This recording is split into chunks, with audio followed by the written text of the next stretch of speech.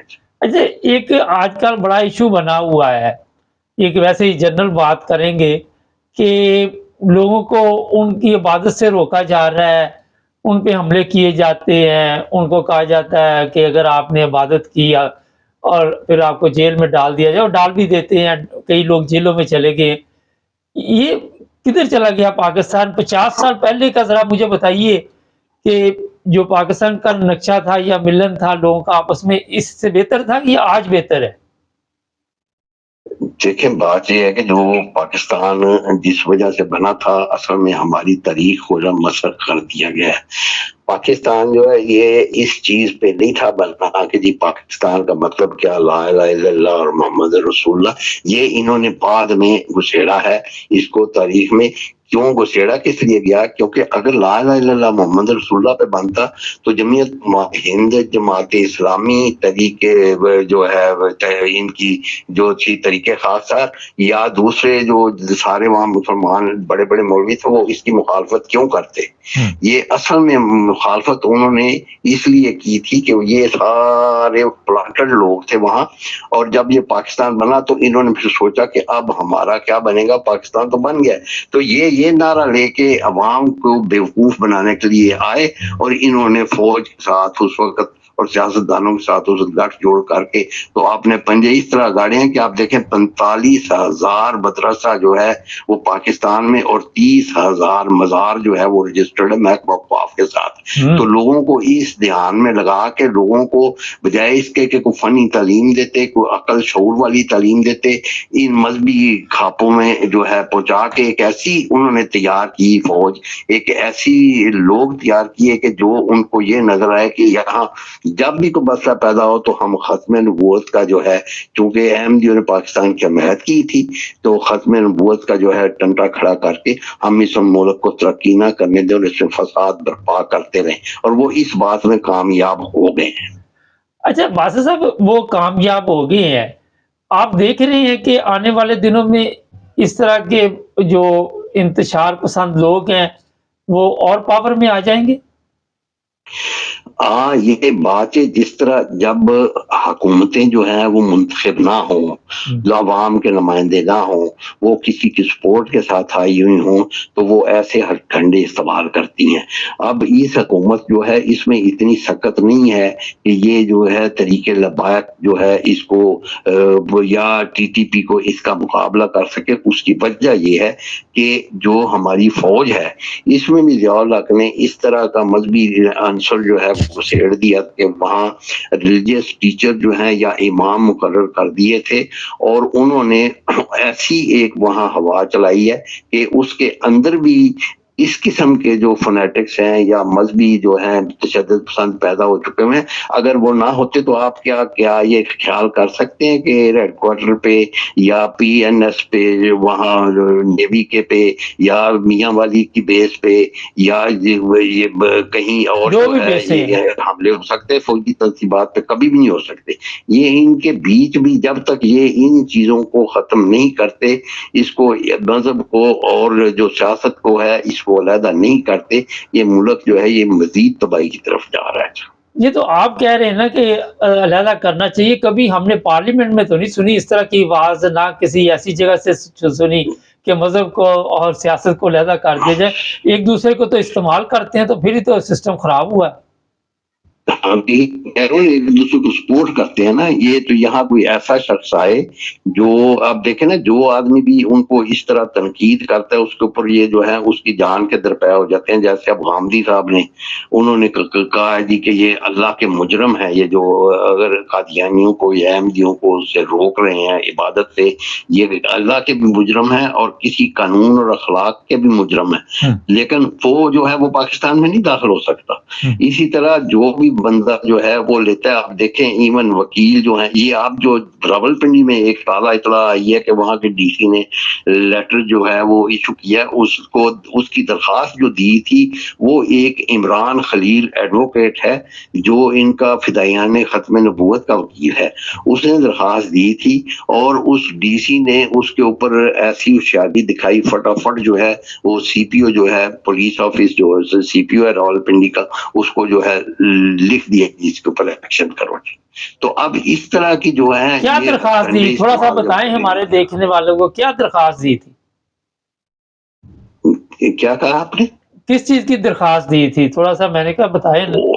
ہاں، وہ درخواست یہ دی تھی کہ قادیانی جو ہیں یہ اسلامی شاعر جو ہے، یہ عید کا اجتماع جو ہے یہ اسلامی شاعر ہے، اس کے ساتھ یہ ملتا جلتا جو ہے انہوں نے اجتماع کرنا ہے، تو اس اجتماع پہ پابندی لگائی جائے. تو پھر لگا دی پابندی، اس نے سائن کر دی اور اس نے سائن ڈی سی نے جو سائن کر کے وہ سی پی او کو ایکشن کے لیے بھیج دیا. تو یہ بتائیے کہ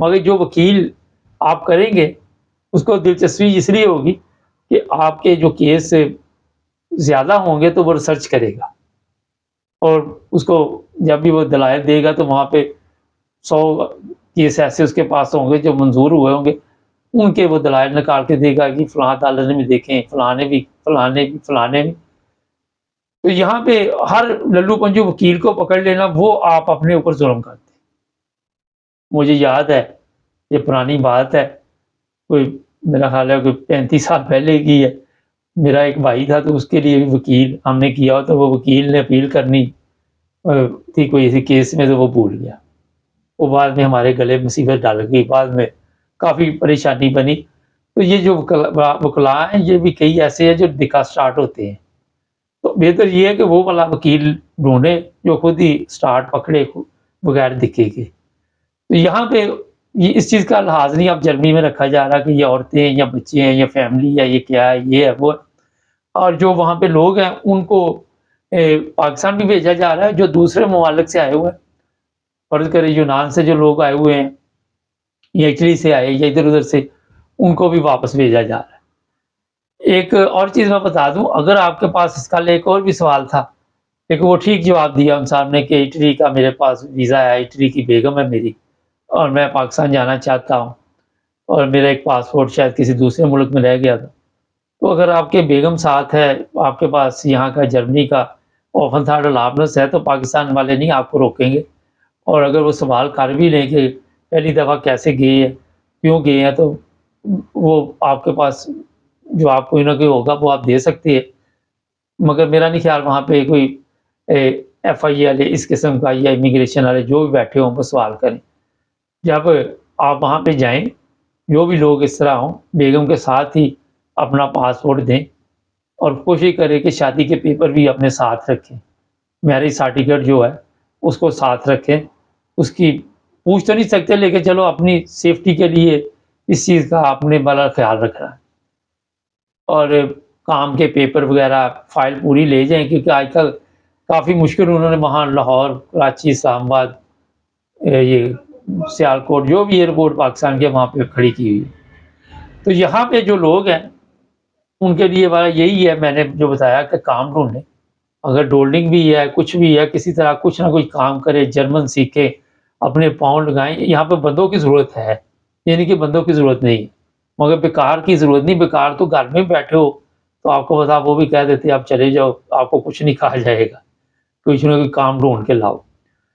تو جناب یہ چیز ذہن میں رکھیں کہ جن لوگوں کو یہاں سے واپس پکڑ کے ایف آئی اے کے حوالے کیا جاتا ہے، ایک تو ان کے پاسپورٹ بلاک کیے جاتے، دوسرا ان کو بھی پھر چائے پانی دینا پڑتا آپ کو، ورنہ وہ بھی کوئی آپ کے اوپر کیس بنا کے ڈال دیں گے، جو بھی غیر قانونی جی آپ یہاں سے گئے ہیں، اور اگر ان کو آپ خوش کریں گے تو پھر آپ کو وہ غمگین نہیں ہونے دیں گے۔ یہ پاکستان تو ہے نا، شاد باغ زمین، شاد باغ، تو کشور حسین شاد باغ، اس لیے میں نے بتایا کہ وہاں جا کے پریشانی کی ضرورت نہیں ہے، مگر یورپ سے آپ کی پھر چھٹی ہمیشہ، کیونکہ یہاں پہ وہاں سے بھی 3 سے 5 سال کے لیے پاسپورٹ بلاک، اور یورپ میں بھی آپ کا ریکارڈ جو ہے وہ پورے یورپ میں چلا جائے گا۔ اور پھر میں ایک دفعہ بتا دیتا ہوں آخر پہ ہم اپنے دیکھنے والوں کو، ایک جگہ سے کیس ختم، پورے یورپ سے ختم۔ انگلینڈ یورپین یونین میں نہیں ہے، میں یورپ کی بات کر رہا ہوں۔ پھر آپ کسی ملک میں بھی جائیں، آپ کو وہاں سے واپس بھیجا جائے گا، دوبارہ کوئی سیاسی پناہ نہیں ہوگی۔ جیسے ہی وہ میں نے دیکھا ہے ٹرینوں میں لوگ سوئٹزرلینڈ ادھر ادھر سے داخل ہونے کی کوشش کرتے ہیں، پولیس وہاں پہ کھڑی ہے، وہ دیکھتے ہیں، پکڑ کے لے جاتے ہیں، اور پھر ان کے فنگر پرنٹ جیسے ہی، اب وہ نہیں کہ اوپر سے رپورٹ آئے گی، وہ ایک ہی فنگر اوپر رکھتے ہیں تو پتہ چل جاتا ہے وہ کہاں سے آئے، کہاں جانا ہے، کیا کام ڈالا ہے، کیا ابھی ڈالنا ہے، ہر چیز سامنے آ جاتی ہے۔ چینل کو سبسکرائب کر لیں، جڑے رہیں ہمارے ساتھ۔